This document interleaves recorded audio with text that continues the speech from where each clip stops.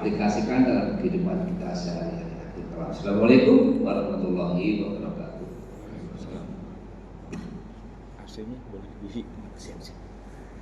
Bismillahirrahmanirrahim. Assalamualaikum warahmatullahi wabarakatuh. Alhamdulillahi rabbil alamin. Wassalatu wassalamu ala ashrafil anbiya'i wal mursalin Sayyidina wa maulana Muhammadin wa ala alihi wa sahbihi ajma'in, amma ba'du.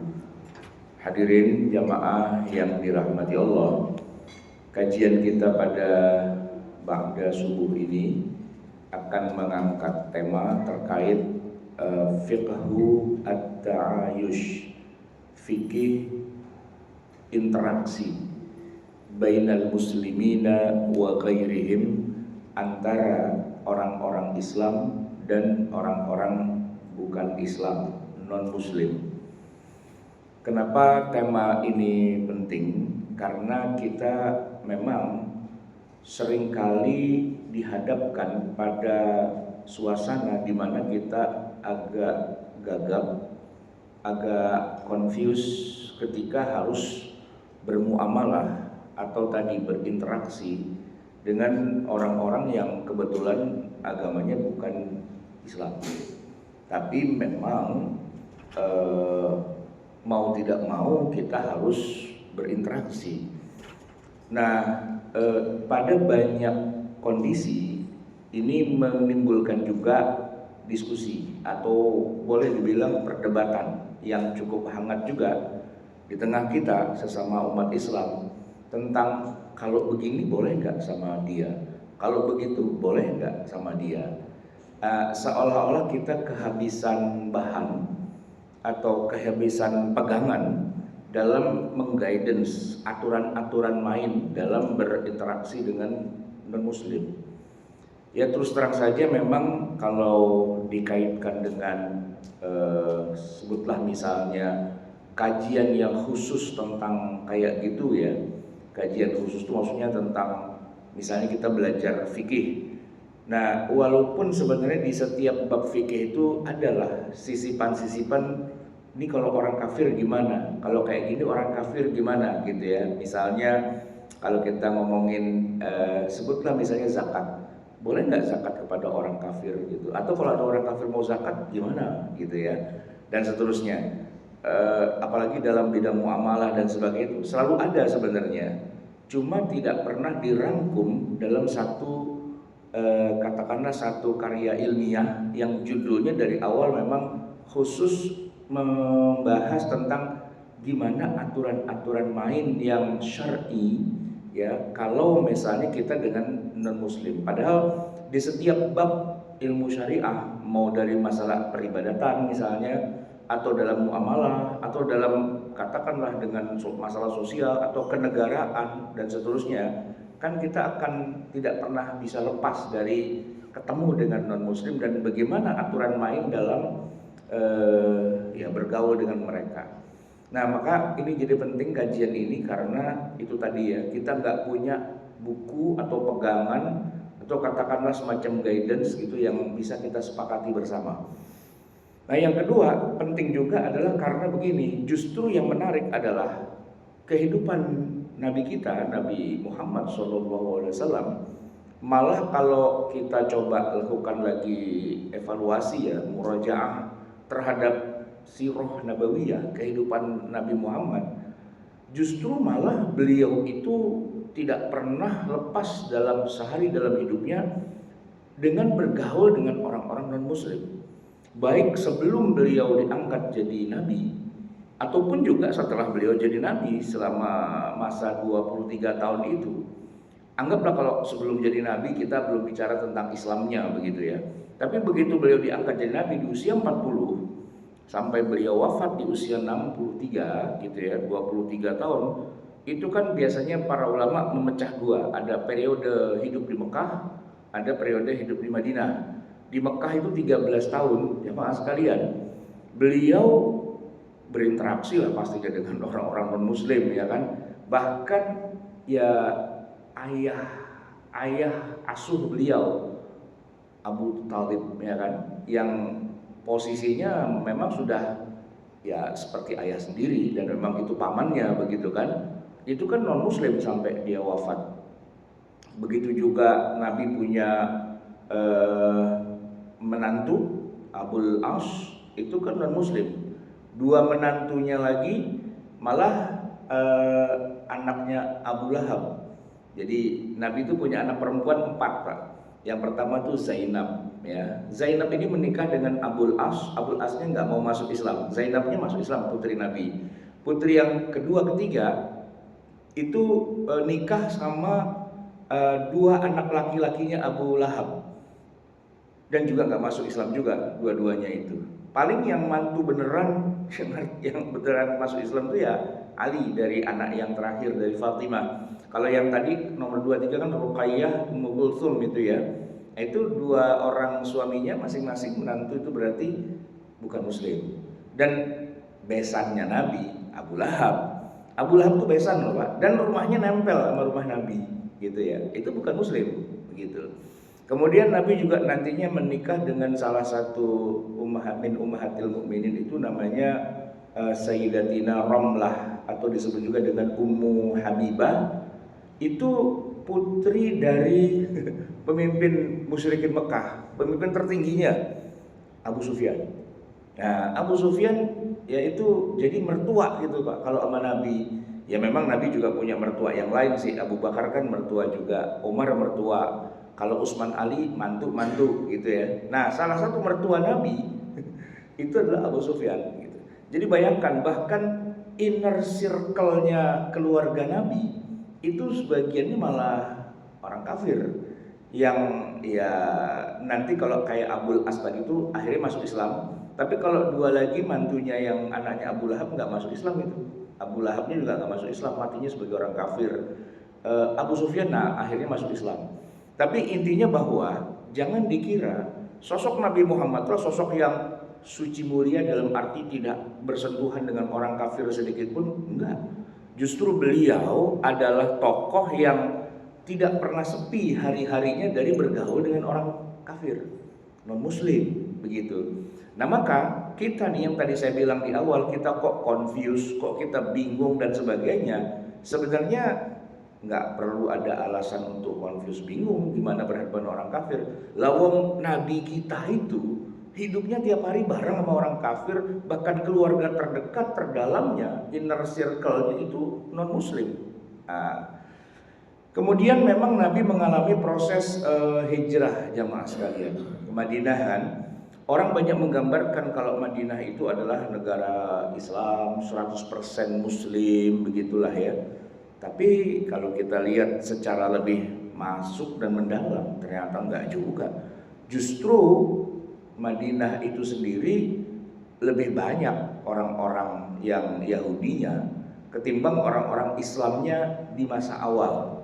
Artinya ketika Nabi baru pertama kali membuat program hijrah ke Madinah, ya ada sih beberapa orang Ansor ya kan yang berbaiat pada Nabi Shallallahu Alaihi Wasallam. Jadi 2 tahun lah gitu kira-kira sebelum Nabi hijrah ke Madinah, itu sudah ada beberapa orang dari suku Aus, dari suku Khazraj yang datang ke Mekah pada saat lagi haji.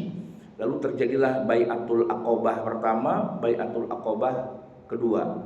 Mereka menyatakan masuk Islam dan menyatakan setia.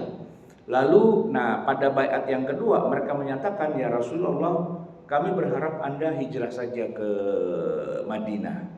Jamaah sekalian, padahal di Madinah itu pada saat itu juga ada komunitas Yahudi yang bukan hanya besar, tapi juga sangat dominan, baik dari sejarah secara ekonomi dan juga secara politik. Secara ekonomi mereka menguasai perdagangan, mobil khusus kan. Komoditas Madinah itu kan kurma. Petani-petani kurma Madinah itu orang Yahudi. Taipan kurmanya orang Yahudi. Nah kemudian karena mereka menguasai ekonomi, masuklah mereka ke area politik juga. Jadi ya mereka dominan gitu kan. Tapi memang pada saat itu, ini yang unik ya, bahkan Yahudinya pun juga ikut berharap agar Nabi Muhammad ke Madinah. Ini bagian yang sering luput dalam sirah nabawiyah. Banyak orang tuh melewati begitu saja bagian itunya ketika menjelaskan tentang bagaimana proses hijrahnya Nabi. Jadi gini, ternyata kita temukan beberapa fakta dalil gitu ya yang menunjukkan bahwa kenapa orang Madinah begitu Nabi hijrah, orang Yahudi Madinah begitu Nabi tiba itu langsung hari itu juga Nabi dinobatkan sebagai pemimpin Madinah. Kan ada banyak orang Yahudi, kenapa kok mereka Nabi diangkat jadi pemimpin Madinah secara umum? Nah jawabannya adalah bahwa memang orang Yahudi di Madinah saat itu merekalah yang mengedukasi orang Arab Madinah yang bukan Yahudi ya, bahwa akan ada Nabi di negeri kita ini.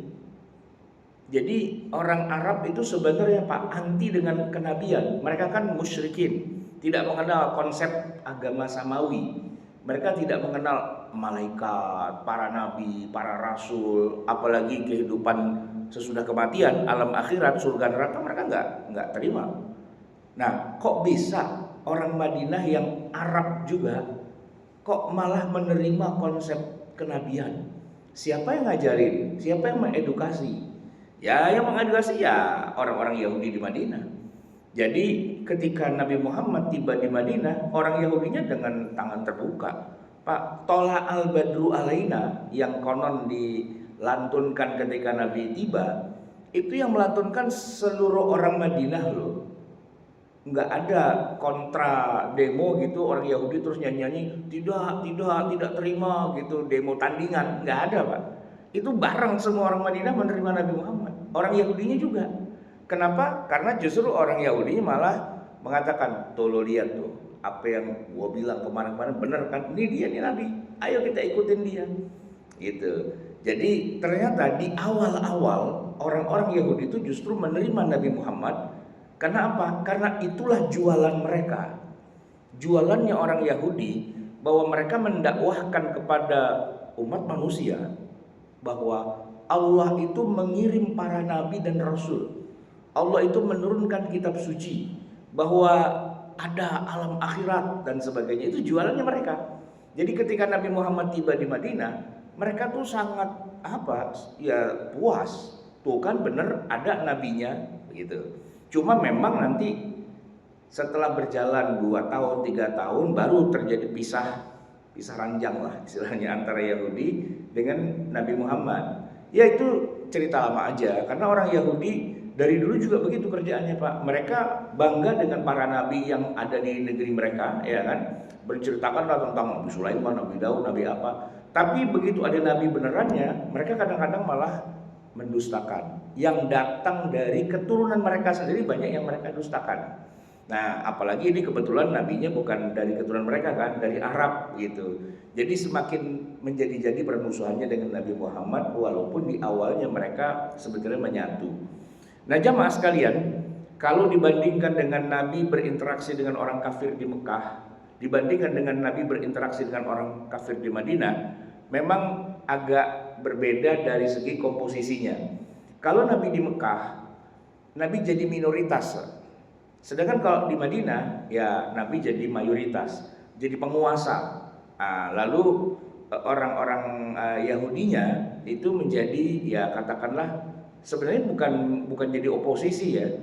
Maksudnya begini, ketika mereka mendirikan Madinah sebagai sebuah pemerintahan baru, itu kan didasari dengan konstituante atau dengan kalau cara kita Pancasilanya gitu ya. Kalau Amerika tuh konstitusinya begitu.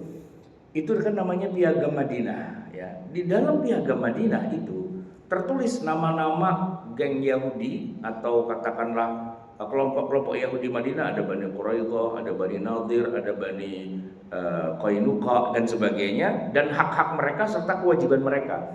Dan di dalam Piagam Madinah itu kita bisa melihat ya kayak gitulah Nabi membangun masyarakat Madinah. Bukan istilahnya negara yang steril dari orang kafir. Enggak. Kalaupun sekarang kita punya kesan bahwa orang kafir nggak boleh masuk Madinah hari ini Pak ya kalau haji atau umroh. Nah, itu kebijakan negara Saudi Arabianya. Tidak boleh orang kafir masuk kota Mekah dan kota Madinah. Dua-duanya dibilang kota suci begitu kan. Kalau di masa Nabi enggak. Di masa Nabi ya, Mekah itu mayoritas orang kafir, ya kan? Nabi sebagai minoritas, dan Madinah justru Nabi sebagai mayoritasnya, tapi orang kafirnya tetap ada. Tiga klan besar Yahudi itu ada di Madinah, dan mereka tentu saja namanya masyarakat kan. Mereka juga punya pemukiman, ya. Mereka juga punya pasar, gitu. Bahkan mereka juga punya masjid, rumah ibadah, gitu. Ya apa sih namanya kalau Yahudi itu sinagog gitulah ya. Kalau bahasa Arab disebut kanisah sebenarnya, atau sauma'ah. Ya Bani Nadir punya sendiri, Bani Qainuqa punya sendiri, Bani Quraidah juga punya sendiri di Madinah. Dan di situ Nabi lah yang jadi penguasanya. Artinya, ini kita menarik kesimpulan, baik di Mekah ataupun di Madinah, Nabi itu berinteraksi dengan orang-orang kafir, gitu. Yang mana nanti dari sebagian interaksi itu ada juga yang interaksinya sampai ke level bentrok, perang, bunuh-bunuhan. Ada. Nah, yang ingin kita garis bawahi bahwa perang, bentrok, bunuh-bunuhan itu bukan dominasi. Itu adalah bagian dari ya harmonisasi. Salah satu di antara etapa-etapa ke Nabi dengan orang kafir, kadang-kadang beliau pernah bentrok, tapi nggak seterusnya atau nggak semuanya. Nah ini yang menarik Pak. Jadi saya ingin membahas bahwa kalau di Mekah ya, bentrok Nabi itu sifatnya bukan bentrok dalam arti gebuk-gebukan, bukan berarti perang-perangan, bukan berarti bunuh-bunuhan, enggak. Bentroknya adalah satu pihak doang, Pak. Orang musyrikinnya banyak menyiksa, mengintimidasi, termasuk juga sampai pada level membunuh kaum muslimin. Nah, menariknya kaum musliminnya tidak melawan, tidak angkat senjata, tidak perang, bahkan juga tidak jihad. Allahu Akbar, cabut pedang lalu melawan, enggak Pak. Tidak ada jihad di Mekah. Ini fakta sirah nabawiynya begitu Pak. Tidak ada jihad di Mekah.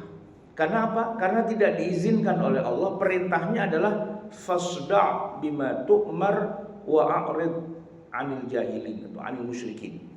Nah, jadi ya sudah, a'rid aja. Jangan dihadapi, tapi lari saja. Selamatkan diri saja, atau katakanlah masing-masing cari perlindungan. Nah, ini Pak. Babnya adalah nyari perlindungan kepada orang kafir yang tidak memusuhi. Contoh nih Pak ya, Nabi Muhammad ya amanlah, backingannya banyak Pak. Wabil khusus tuh ada Abu Thalib. Walaupun musuhnya ada, yaitu pamannya juga. Cuman nih kebetulan uniknya ya, Abu Thalib lebih tua, lebih senior. Sementara Abu Lahab adiknya Abu Thalib. Kalau Abu Lahab hajar habis Pak. Ya pokoknya Nabi Muhammad yang pasti sih ya, enggak fisik ya, enggak fisik secara langsung, tapi kata-kata itu pedes Pak. Ya kan?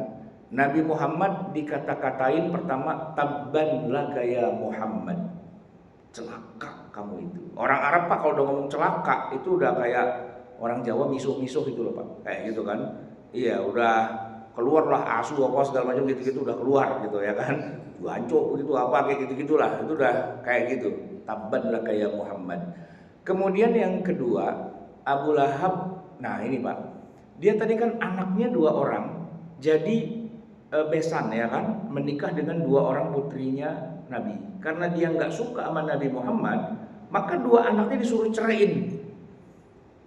Nah, ceraiin aja gitu. Jadi tadinya mereka berbesanan 2 kali lipat, jadi nggak berbesanan, sehingga anaknya itu belum sempat punya cucu gitu loh, ya kan? Nah, kebayang Nabi Muhammad akhirnya dikata-katain dengan kata-kata yang kalau mungkin di kita sih biasa aja Pak, tapi buat orang Arab itu sangat menjatuhkan martabat, yaitu dikatakan Muhammad itu orang yang tidak punya keturunan, abtar. Nah, itu Pak, ya cara kita nih ya, emang dasar bantet dia mandul, nah gitu Pak. Dikatain kayak gitu. Kenapa? Karena kebetulan Nabi Muhammad memang nggak punya anak laki-laki yang tumbuh gede sampai dewasa, ya kan? Yang dewasa itu 4 perempuan semua. Qasim, Abdullah, Ibrahim wafat di kecil semua. Dan buat orang Arab, Bapak tahu sendiri kan, orang Arab tuh malu kalau punya anak perempuan. Ya tawara minal qaumi. Mereka sembunyi dari publik gara-gara mendengar kabar istrinya melahirkan anak perempuan. Mendingan dia dusuhu fit turab. Mendingan dibenamkan aja ke dalam tanah kalau punya anak perempuan, gitu kan. Ini Abu Lahab ngomong Muhammad itu nggak punya keturunan, bantet dia, gitu loh. Nah itu menyakitkan sekali. Maka yang balas langsung Allah, inna syani'aka huwal abtar, gitu. Nah jamaah sekalian, tetapi Nabi Muhammad tidak disiksa secara fisik. Kenapa? Karena dia punya backing yang lebih tinggi. Orang kafir juga, yaitu Abu Thalib yang jadi ayahnya beliau. Dan Abu Lahab ke Abu Thalib mandang juga, Pak, biar bagaimanapun, ya kan. Pernah nih hinaan ya. Kalau Abu Lahab tuh mainnya hinaan, Pak, nggak main fisik. Kan rumahnya tetanggaan. Jadi Abu Lahab tuh ceritanya nyembelih otak apa kambing lah gitu kan. Lah jeroannya ini, Pak, kotorannya tuh ditaruhin di pintu rumahnya Nabi Muhammad, samping rumahnya itu. Dan itu, Pak, buat orang Arab, itu juga sangat sadis, Pak. Kan orang Arab terkenal dengan menghormati tetangga, menghormati tetamu gitu kan, Pak. Nah kalau ada tamu, ada kotoran gitu kan, itu kan jelek banget gitu. Nah itu dilakukan oleh Abu Lahab, tetangganya Nabi, yang mana dia juga pamannya. Turunlah Abu Thalib, bersihin nggak? Itu nggak bener, gitu. Itu pamali kalau kata orang Jawa lah gitu, atau orang Sunda tuh pamali kayak gitu. Nggak bisa, ini lebih buruk dari kamu menghewan-hewankan dia loh. Akhirnya dibersihin sendiri sama Abu Lahab. Abu Lahab pikir juga, iya gua kebangetan juga nih. Harusnya ini nggak taruh di sini lah. Itu buat bangsa Arab tuh yukhaliqul adah, nggak sesuai dengan adat budaya mereka, terlalu kebangetan lah gitu. Tapi biar bagaimanapun jemaah sekalian, nggak ada yang menindas Nabi Muhammad secara fisik. Kenapa? Karena dia dihormati sebagai keponakannya Abu Thalib. Nah mereka-mereka yang punya keluarga kafir tapi tidak memusuhi atau malah bisa melindungi, dijadikan sebagai sandaran. Jadi kalau yang kasihan tuh, Pak, yang nggak punya backing masalahnya. Kayak budak-budak itu, kayak Bilal, kan gak punya backing dia. Backingnya ya harusnya tuannya yang gebukin dia, selesai udah urusan begitu, Pak. Nah itulah yang terjadi selama 13 tahun. Jadi kalau Nabi dan para sahabat itu di Mekah itu ditindas, mereka minta perlindungan kepada orang kafir juga, tapi yang istilahnya tidak memusuhi. Tidak suka sih, tidak masuk agama Islam, tapi lu jangan gitu dong. Gitu. Abu Thalib tuh gitu, Pak. Orang-orang kafir yang lain minta izin sama Abu Thalib, ponakan lu gue seksa deh gitu. Kata Abu Thalib, enak aja, jangan. Dia kan kafir, dia kan ngajarin agama kita ini buruk apa gitu kan. Ya balas aja, tapi nggak usah pakai fisik, nggak usah pakai apa. Jadi main kata-kataan aja lah gitu. Mainnya di Instagram aja, main nggak secara fisik gitu. Nah jadi, Pak, Nabi tinggal di Mekah itu posisinya adalah sebagai orang yang terpojok, tertindas, minoritas, ya kan? Tapi minta perlindungan sama orang kafir. Nah, satu lagi, Pak, yang menarik. Ka'bah, Baitullah, itu, Pak, untuk saat itu ya, namanya doang Baitullah. Emang orang-orang menyebutnya Baitullah, Ka'bah, gitu kan? Tapi kalau secara fisiknya, di dalam Ka'bah itu ada 360 berhala. Baik di dalamnya atau di luarnya lah, karena nggak muat 360, sebagian di luar ngemper-ngemper di pelataran lah gitu. Di dalam itu ada Hubal, berhala yang paling besar. Ada ini patungnya Nabi Ibrahim alaihissalam dan Ismail, 2 orang itu dibikin patung disembah begitu. Jadi itu bukan rumah ibadahnya kaum muslimin lah, intinya begitu. Lalu mereka melakukan ritual-ritual yang syirik, seperti melakukan tawaf dengan telanjang, melakukan tawaf dengan bertepuk-tepuk, bersiul-siul, ya kan, menyembelih kurban juga sih, tapi diperuntukkan buat roh dari berhala itu. dilumuri ke ke berhalanya itu, di mana berhala itu posisinya di masjid kan, maksudnya di Ka'bah gitu. Kebayang Pak, nyembelih darahnya mengotori tempat suci, ya kan? Kayak kita masjid kan begitu, dilumuri itu ke berhala-berhala itu. Nah itu kan praktek yang nggak benar semua. Tapi memang mau bilang apa? Memang mereka penguasanya, istilahnya mereka yang punya, sedangkan Nabi dan para sahabat adalah minoritas. Itu bukan rumah ibadahnya Nabi, Pak. Pertanyaannya, ketika Ka'bah dipenuhi dengan 360 berhala itu, apakah Nabi pernah masuk ke Masjidil Haram, ke Ka'bah dan pelatarannya? Pernah nggak Pak Nabi ke situ? Pernah. Ngapain? Sholat. Tapi kalau itu banyak berhala, iya. Mau banyak berhala, mau nggak banyak berhala, Nabi sholat aja di situ. Hanya saja, nah ini yang menarik, beliau tidak sholat bareng dengan orang kafir kalau lagi ibadah. Beliau tunggu mereka sudah selesai ibadahnya, apa mereka melakukan ritual-ritual aneh-aneh, bawa dukun apa segala macam gitu. Kalau udah bubar, baru Nabi sholat. Sebenarnya Pak, kalau dipikir-pikir, ngapain juga Nabi sholat di Ka'bah? Kan kiblatnya masih Baitul Maqdis, belum Ka'bah. Tapi karena Nabi merasa bahwa ini adalah bangunan suci dari Allah yang bangun Nabi Ibrahim, saya tidak akan meninggalkan tempat ini. Kalaupun Nabi Muhammad disuruh sholat ngadepnya Baitul Maqdis, biar beliau sholat di belakangnya Ka'bah dulu, biar ngadep ke Baitul Maqdisnya tuh nabrak Ka'bah gitu. Itu yang dilakukan oleh Nabi. Nah padahal kalau kita lihat, itu kan rumah ibadahnya orang kafir, banyak berhalanya, dan orang kafir habis ibadah-ibadah di situ. Kenapa Nabi masuk ke situ dan sholat? Emang Nabi nggak tahu kalau itu haram? Pertanyaan kita jadi aneh Pak. Emang Nabi nggak tahu kalau itu haram? Ya bukan Nabi nggak tahu kalau itu haram, bahwa itu malah tidak haram gitu loh. Kita aja yang ngarang-ngarang haram, tidak boleh masuk rumah ibadah orang kafir, tidak boleh sholat di dalamnya. Kita yang ngarang Pak. Yang benernya ya Nabi lah, masa kita yang bilang Nabi salah tuh, haram itu nggak boleh, Nabi kayak gitu. Lah kan Nabi yang melakukannya.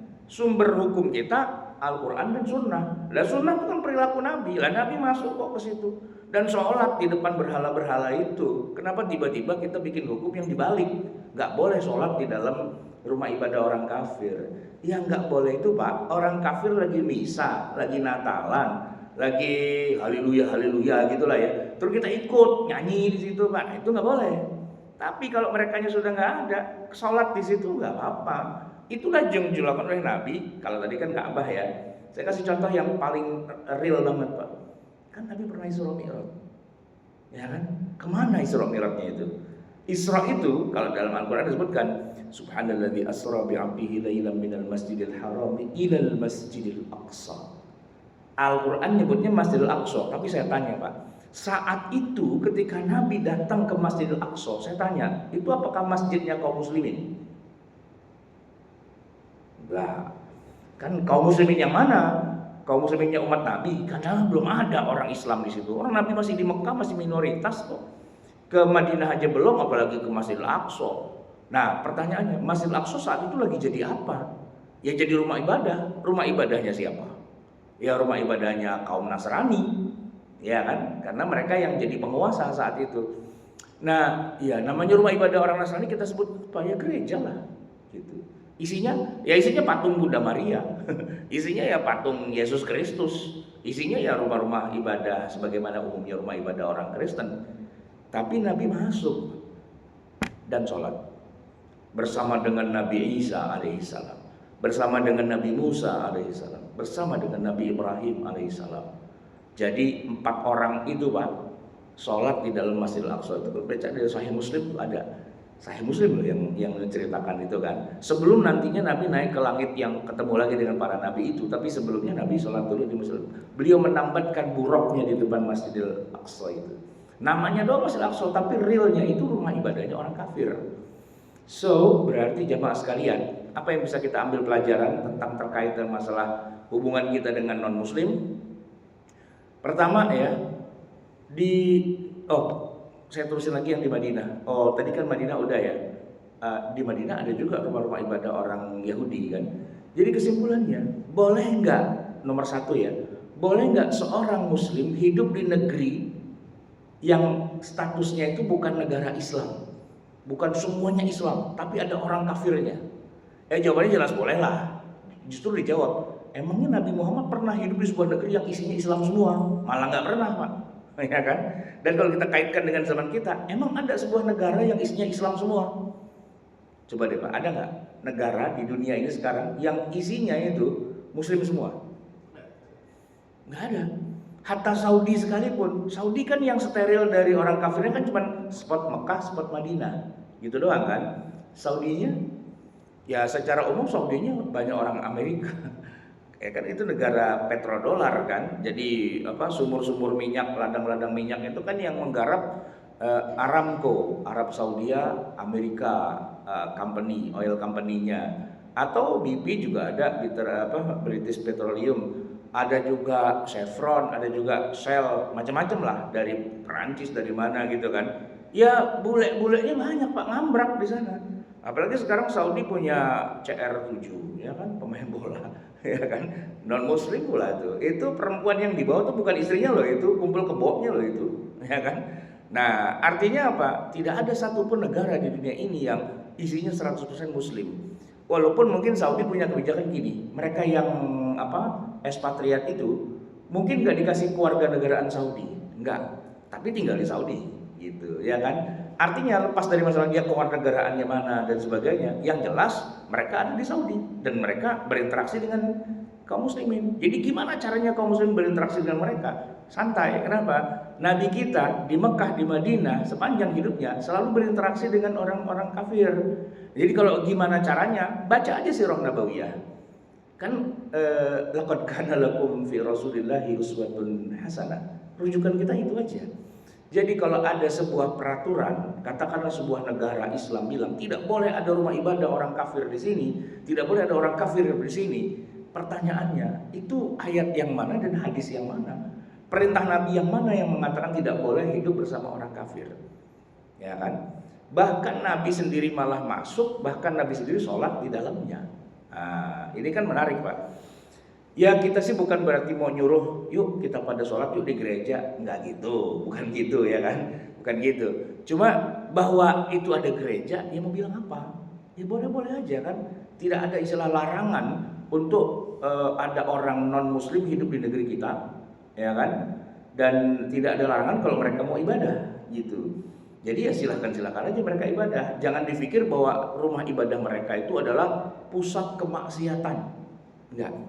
Beda Pak, kalau itu rumah bordil gitu misalnya kan, rumah baitul di'arah, rumah prostitusi, oke lah kita perangi bersama. Tapi kalau rumah ibadah itu bukan sesuatu yang sifatnya kemungkaran.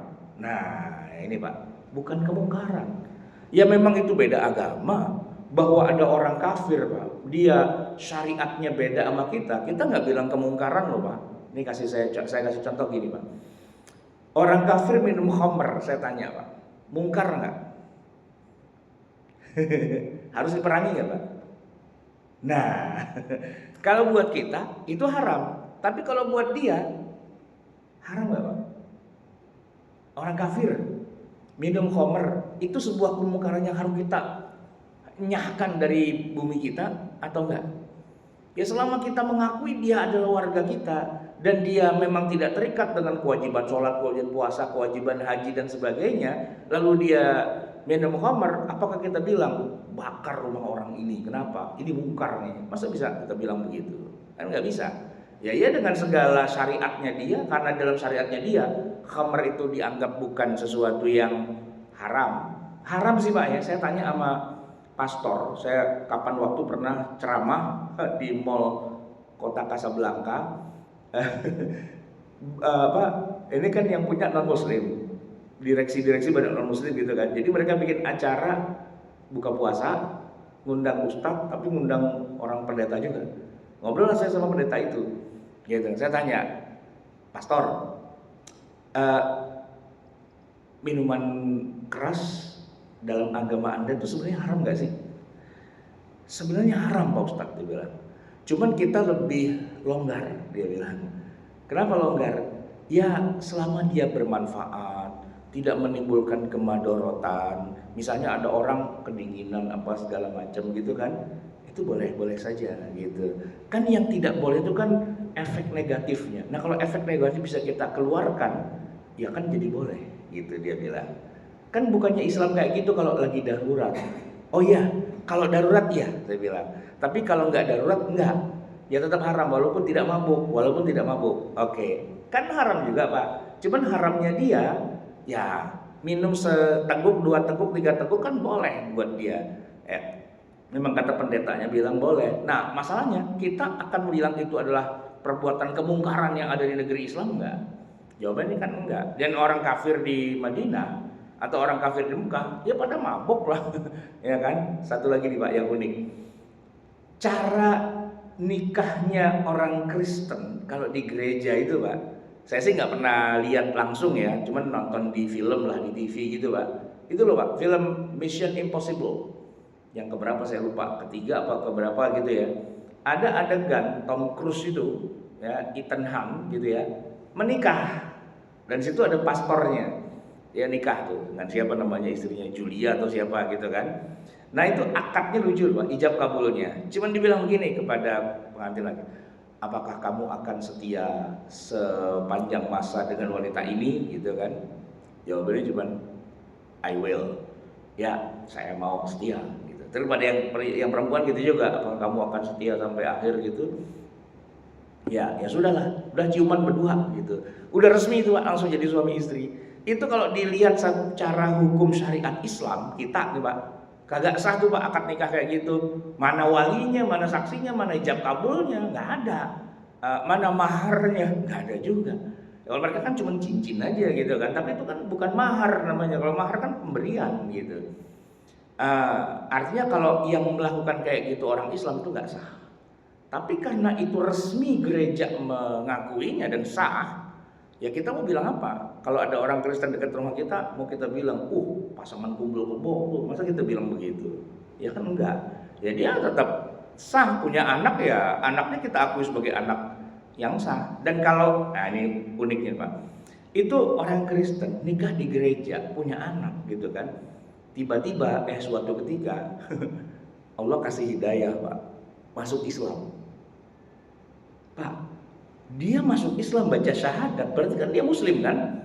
Nah, cuman waktu nikah dulu kan nikahnya di gereja, kan nggak pakai hukum Islam. Kira-kira begitu dia berdua itu masuk Islam, perlu nggak Pak dinikahkan ulang secara Islam? Perlu nggak? Perlu nggak Pak? Ayo, nikah lagi dari mula. Yang kemarin kagak aci, kagak sah. Yang kemarin lu masih kumpul kebo, sekarang dari ulang. Ternyata jawabannya juga tidak Pak. Tidak. Kenapa kok tahu tidak? Ya gini Pak, semua sahabat Nabi itu kan dulunya kafir dulu.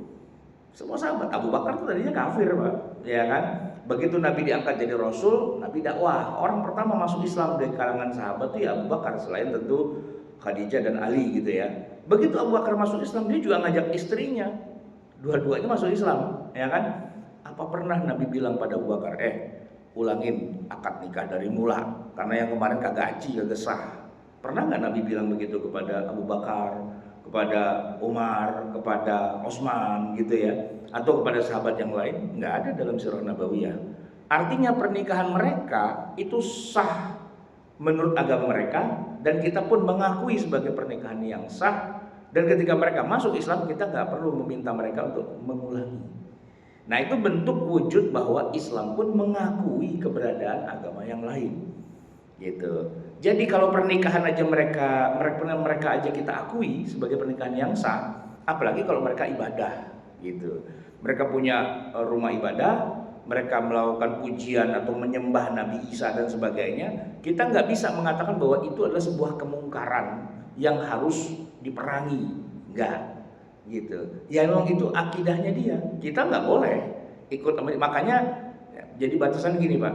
Ini rumah ibadah mereka. Kita tidak boleh ikut beribadah bersama-sama dengan mereka karena Tuhannya beda. Nah, mereka menuhankan Nabi Isa gitu kan. Kita enggak. Bagaimana mungkin kita berdoa bareng-bareng? Tuhannya aja beda, masa doanya bareng-bareng? Ya enggak lah. Makanya ayatnya jelas, la a'budu ma ta'budun. Aku tidak menyembah Tuhan yang kamu sembah. Wala antum abiduna ma a'bud. Kalian tuh bukan penyembah Tuhan yang aku sembah. Lakum dinukum waliyadin. Kamu agamamu, ya kita agama kita, gitu kan? Secara peribadatan kita nggak bisa dibarengin, Tuhannya beda. Tapi secara lokasi tempat, nah kita umat Islam boleh masuk ke dalam rumah ibadah mereka selama mereka sedang tidak melakukan apa-apa, kosong. Bahkan kalaupun mau sholat juga boleh, gitu kan? Itu toleransi. Maka batasannya itu yang harus kita bikin jelas tuh Pak, ya. Mana boleh, mana tidak boleh itu harus dibuatkan listnya, gitu. Oh, kalau Natal bareng nggak boleh, nggak boleh. Tapi kalau kosong kita masuk boleh. Nah sekarang kita balik, boleh nggak masjid kita dimasuki sama orang kafir, kan gitu ya. Nah kejadiannya di masa Rasulullah juga, yaitu di setahun terakhir lah menjelang Nabi wafat. Kita kan punya satu surat yang terkenal sekali dan kita hafal lah. Idza jaa nasrullahi wal fath wa ra'aitan nasa yadkhuluna fi dinillahi afwaja. Jadi orang-orang itu kemudian berbondong-bondong datang dari berbagai negeri, dari Najran, dari Taif, dari mana-mana ke Madinah untuk masuk agama Islam. Tapi sebelum baca syahadat, mereka ingin dapat dulu penjelasan yang lebih gamblang tentang apa perbedaan agama Nasrani dengan agama Islam. Maka menginaplah mereka di Madinah, ya paling tidak seminggu 10 hari gitu Pak. Sebelum baca syahadat mereka minta kajian dulu, minta training daurah dulu gitu kepada Nabi. Sama Nabi, oke, sini semua, kalian tinggal di sini. Di sini itu mana? Masjid Nabawi. Ditampung di dalam Masjid Nabawi mereka, nginepnya. Belajar agamanya sebelum mereka baca syahadat, diajarin dulu sama Nabi segala macam, dialog dulu ya kan, sampai akhirnya mereka menyatakan dua kalimat syahadat, ya muslim lah mereka gitu. Nah berarti kita bisa ngambil dalam sejarah Nabi bahwa ada loh Nabi membolehkan orang kafir masuk ke dalam masjid kalau ada kepentingannya dan kalau emang Nabi mengizinkan. Nah kita fatwanya begitu hari ini, boleh nggak orang kafir masuk ke dalam masjid kalau memang ada kepentingannya dan baik, ya kan, dan diizinkan oleh yang punya masjid atau takmirnya atau imamnya, ya why not gitu. Saya sih tidak melihat kepentingan sejauh itu ya. Tapi saya kemarin ke Tokyo, itu menarik Pak. Di Tokyo itu ada sebuah masjid tua yang disebut oleh mereka Masjid Chami. Sebenarnya sih masjid Jamia sebenarnya, cuman orang Jepang nyebutnya Chami gitu ya. Itu masjid punya Turki sebenarnya, bangunannya Turki dan yang jadi apa namanya, jadi DKM-nya orang orang Turki yang di Tokyo, Jepang. Nah pemandangannya unik Pak. Saya sholat asar di situ, ya karena ini di Jepang ya, yang sholat asar paling 4-5 soft lah gitu, 1, 2, 3, 4. Tapi di belakang itu Pak ada 20 soft itu bule-bule semua, wisatawan, turis yang lagi nge-shoot kita lagi sholat di-shoot gitu kan. Wah mereka menganggap ini sebagai apa ya, jendela budaya gitu. Banyakkan turisnya daripada yang sholatnya gitu. Sekarang, kalau di Jakarta kita gebukin tuh turis-turis, apaan lu datang kemari gitu kan, kafir gitu kan. Kita dianggap suaka marga satwa atau gimana gitu kan kalau di Indonesia Pak. Tapi di Jepang justru kata imam masjidnya bilang gini, ini Pak, setiap habis turis-turis pada masuk gitu kan, biasanya 2-3 orang tuh langsung baca syahadat gitu. Karena mereka ingin tahu kayak apa gitu. Saya bilang, lah kayak waktu zaman Nabi dong. Yang mana? Saya ceritain tadi itu Pak kayak gitu. Oh iya kayak gitu persis katanya. Mereka datang ke sini, mereka foto-foto, mereka tanya-tanya dan sebagainya. Kalau ada yang pengen konsultasi lebih dalam mau masuk agama Islam, silakan, kita ada ruangannya dan kita melayani gitu kan. Ya itu kayak Nabi persis itu gitu kan. Maka imam masjidnya tanya, jadi Nabi pernah melakukan kayak gini? Oh iya, Nabi Muhammad banget ente di sini gitu kan. Jadi masjidnya itu Pak didatangi oleh para turis, lalu turisnya foto-foto apa segala macam, silakan. Disediain pasmina sih Pak kalau yang perempuan, ya, sebaiknya Anda pakai pasmina gini, menyesuaikan gitu kan. Kadang-kadang kan bulenya suka telanjang nggak karu-karuan, suruh pakai pasmina gitu. Lalu foto-foto, nanya-nanya apa segala macam gitu. Jadi kayak dakwah di zaman Nabi banget suasananya.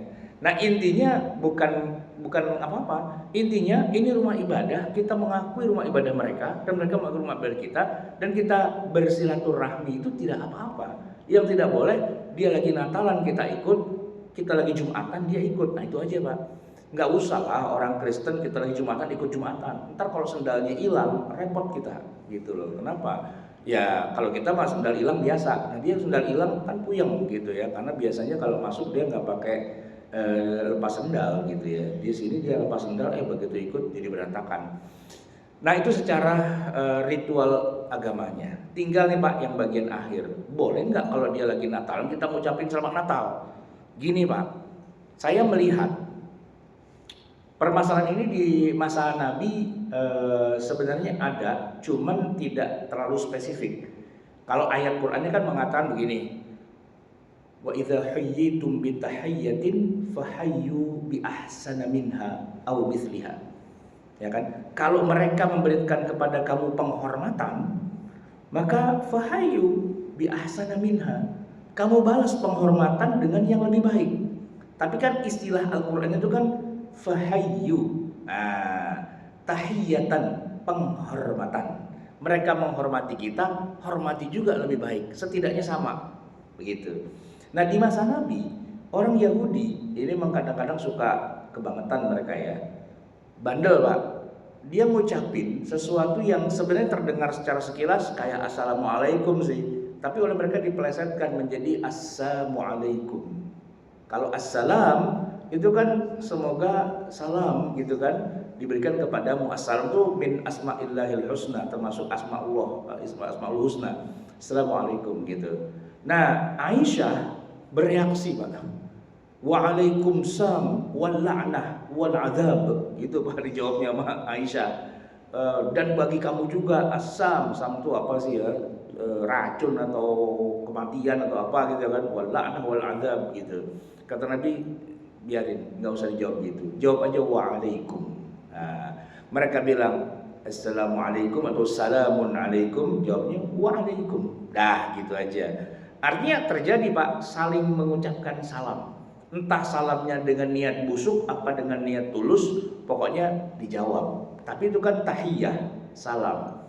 Nah bagaimana kalau greeting? Nah ini Pak masalahnya. Greeting tuh kalau bahasa Indonesia ini saya nggak ketemu ya. Kosakata yang sama dengan kata greeting itu apa gitu ya. Kecuali ya mengucapkan salam gitu loh. Padahal bukan loh, greeting itu bukan mengucapkan salam. Cuman di dalam bahasa kita jadinya mengucapkan salam. Kayak gini Pak, kalau orang bule ya ketemu mereka kan mereka menggunakan istilah good morning, good night, good evening gitu kan. Nah itu kan itu greeting itu kalau bahasa Inggrisnya apa ya? Apa sih istilahnya? Ya kalau kita ya jadi salam gitu kan. Nah, unggah-ungguh ya, unggah-ungguh atau ya istilahnya ya gitulah, greeting gitu istilahnya. Nah, ketika orang mereka lagi ngadakan pesta Natal atau ibadah Natal, ya mereka mengucapkannya Merry Christmas gitu. Nah, di dalam bahasa Indonesia jadi istilah salam itu jadi confuse akhirnya. Kenapa? Karena salam itu kayak mendoakan keselamatan. Padahal bukan loh. Good morning bukan semoga Anda mendapatkan keselamatan di pagi hari ini, bukan loh. Good morning itu artinya apa? Terjemahkan gitu ya. Kita saja menerjemahkan bisa salam ya. Kita menjadi selamat pagi. Padahal itu salah loh terjemahan selamat pagi, Pak. Good morning itu bukan selamat pagi. Good itu baik kan? Pagi ya pagi yang baik itu paginya gitu loh. Pagi yang cerah, pagi yang indah, bukan semoga kamu selamat di pagi hari, bukan gitu. Bukan begitu. Kalau gitu dalam bahasa Inggris my God bless you in this morning. Nah, itu baru selamat pagi gitu. Tapi kalau good morning bukan selamat pagi, sama. Merry Christmas itu bukan selamat Natal, bukan. Merry Christmas itu ya Natal yang ceria, yang sukses, apalah gitu kira-kira kan. Tidak ada doa loh di dalam itu, karena greeting itu bukan doa. Gitu. Kayak bahasa kita, halo. Kalau bahasa Arab marhaban gitu. Itu bukan doa sebenarnya. Unggah-ungguh aja. cara sopan bergaul gitu loh, bukan doa. Enggak. Nah, cuman karena diterjemahkannya jadi kayak doa, selamat pagi, ya kan? Selamat Natal. Ini oleh sebagian ulama, berarti Anda mendoakan dia selamat, gitu kan? Pertanyaannya, boleh nggak Pak mendoakan orang kafir biar selamat? Boleh nggak Pak? Orang kafir biar selamat, boleh nggak kita doain Pak? Gini. Kan ada tetangga kita non muslim sakit, kita boleh kan jenguk Pak ya? Kalau kita jenguk, boleh nggak kita ucapkan semoga lekas sembuh? Boleh nggak Pak? Boleh kan? Masa kita bilang semoga cepat mati? Nggak ada. Semoga nggak sembuh-sembuh? Nggak juga, ya kan? Nah, enggak, ya kan pasti kita mendoakan dia yang baik-baik gitu kan. Oke, tetangga kita mau pulang kampung mudik nih, orang non muslim liburan dia Nataru gitu. Terus dia pamit sama kita, Pak kami pamit ya gitu. Oh ya, hati-hati di jalan, semoga selamat. Boleh gak Pak? Boleh lah, masa kita bilang semoga mati semua tabrakan beruntun gitu, masuk mobilnya masuk jurang, itu kan nggak gitu kan? Ya artinya mendoakan kebaikan buat secara duniawiyah kan boleh sebenarnya, secara duniawiyah gitu kan? Gimana kalau secara ukhrawiyah? Boleh nggak kita doakan kebaikan di akhirat? Gini Pak, tergantung. Jadi asal muasalnya itu yang tidak boleh adalah orang kafir mati lalu kita doakan semoga Allah terima arwahnya, itu nggak boleh. Semoga Allah ampuni, nggak boleh. Karena itulah yang ingin dilakukan oleh Nabi Ibrahim kepada bapaknya Azar. Ayahku, berimanlah pada Allah. Ayahnya nggak mau. Ya sudah, kalau memang nggak mau, kata Nabi Ibrahim, saya kan Nabi, saya punya hak prerogatif lah dari Allah. Walaupun dia mati kafir, saya akan mintakan ampunan kepada Allah. Itu yang ditolak sama Allah. Nggak bisa, dia mati kafir nggak bisa diampuni gitu kan. Kalau dia matinya muslim aja punya banyak dosa, nah kamu bisa kasih dia syafaat. Tapi kalau matinya dari awal udah kafir nggak bisa, kan begitu. Maka tidak boleh mendoakan orang kafir itu maksudnya adalah tidak boleh memohonkan ampun kepada orang yang sudah mati dalam keadaan kafir. Itu nggak bisa begitu. Tapi kalau memohon dia masih hidup, semoga di akhiratnya dia jadi baik, yaitu ya Allah berikan dia hidayah. Gimana Pak? Boleh nggak? Nabi begitu kan kepada Umar. Umar masuk Islam, nah apa itu didoain sama Nabi. Orang Taif Pak, habis gebukin Nabi hampir mati loh di situ. Kata Nabi, ya Allah, di qaumi berikan hidayah pada kaumku. Fa innahum la ya'lamun, mereka nggak tahu. Masuk Islam Pak mereka itu. Jadi kan mendoakan yang baik-baik ukhrawi. Kalau konteksnya semoga dia dapat hidayah dan di akhirat jadi bagus, nggak apa-apa. Tapi kalau udah mati dimintain ampun, itu yang tidak boleh. Oke, itu sepakat nggak bolehnya gitu. Kalau dia lagi ibadah, boleh nggak didoain? Itu kan masalahnya kan selamat Natal. Ini kan lagi ibadah. Semoga Tuhan memberkatimu. Nggak boleh lah Pak. Kalau dia lagi ibadah, semoga kamu mendapatkan kebaikan dari Tuhan dengan ibadahmu itu. Ya nggak boleh lah. Nggak boleh, ya kan? Makanya kalau bilang selamat Natal tidak boleh, saya sepakat Pak. Sepakat. Kalau orang lagi ibadah, kita nggak usah bilang selamat, itu nggak boleh. Tapi kalau kita bilang Merry Christmas, nggak apa-apa. Karena maknanya Merry Christmas bukan mendoakan dia semoga selamat, gitu. Kita cuman tadi unggah-ungguh sopan santun, kemarin Natalan ya, sukses ya, sukses gitu. Ya udah. Nah masalahnya gini, ya udah selamat ya. Nah kata selamatnya itu Pak yang offside gitu. Tapi kalau nggak bilang selamat gitu, bilangnya apa? Ya bilangnya wah sukses Pak ya, sukses gitu. Ya cuma sukses doang. Berhasil Pak ya, lancar Pak ya, lancar gitu misalnya. Kemarin Natal lancar Pak, lancar. Itu ngedoain nggak Pak? Mintain ampun nggak? Bilang Natalnya lancar ya, gitu kan? Enggak. Cuman kalau kita bilang selamat, nah itu kita kena bagian offside-nya itu, ya kan? Agak susah itu. Makanya Bapak kalau mau ngucapin terpaksa, jangan pakai bilang selamat Natal, Merry Christmas aja, gitu. Iya, karena nggak kena bagian selamatnya. Atau pakai bahasa Arab. Orang Mesir tuh Pak, kan banyak orang Kristen ya. Mereka aman. Dr. Yusuf Qaradawi kenapa bilang mengucapkan selamat Natal boleh? Sebenarnya bukan selamat Natal. Aidun Sa'id. Aid hari raya. Sa'id berbahagia. Hari raya yang berbahagia. Aidun Sa'id. Lalu dia bilang, itu mah nggak apa-apa, gitu kan? Itu mah nggak apa-apa. Cuma kalau ustadz kita di Indonesia, ya apalah itu Adi Hidayat lah, Abdul Somad lah, siapa gitu kan bilang haram. ya kan? Kenapa? Karena menafsirkan bahwa kata selamat itu mendoakan dia lagi ibadah, kok kita malah menyetujui inti dari ibadahnya itu, kan nggak boleh gitu kan? Tapi kembali sebenarnya bukan masalah Ustadz di Indonesia, rujukannya dari Saudi sebenarnya, dari Syekh bin Baz, Syekh Muhammad bin Shalih Al Utsaimin, dan ke atasnya lagi dari Ibnu Taimiyah gitu. Kalau Ibnu Taimiyah memang secara tegas mengatakan keberadaan orang kafir di negeri kita itu benalu gitu loh. Itu yang harus diwaspadai, itu yang harus dimusuhi, itu yang harus, dan jangan sekali-kali kita mengucapkan apapun kepada mereka karena itu akan meruntuhkan akidah kita dan sebagainya. Nah, Ibnu Taimiyah itu agak menyendiri dia dalam hal seperti ini, ya kan? Cuman namanya sangat populer di Saudi. Problemnya adalah orang Indonesia rata-rata kalau belajar agama kan ke Madinah, ya kan, ke Riyadh, ke Jamiatul Imam tempat saya kuliah gitu kan. Jadi kalau saya niteni 1, 2, 3 itu pada ngajinya ke sono. Nah, fatwanya pasti selamat Natal haram gitu. Kalau sono ngajinya ke Mesir, ke Al-Azhar, kemana, mereka lebih toleran. Karena apa? Karena mereka lebih soft gitu. Bentrokan Islam dan Kristen di Mesir tuh nggak pernah ada.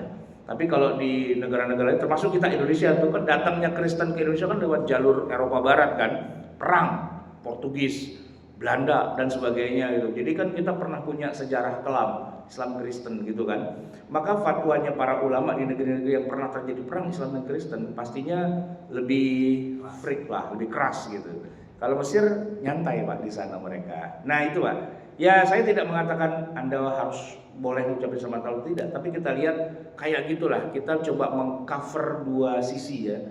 Both side-nya itu kita cover. Ada yang bilang haram, ada yang bilang nggak apa-apa. Ya, dasarnya sih yang sepakat tidak boleh itu mengatakan kalau orang kafir mati nggak boleh kita mintakan ampun. Jadi misalnya ada tetangga nih Pak non muslim meninggal, kita kirim karangan bunga Pak, boleh nggak?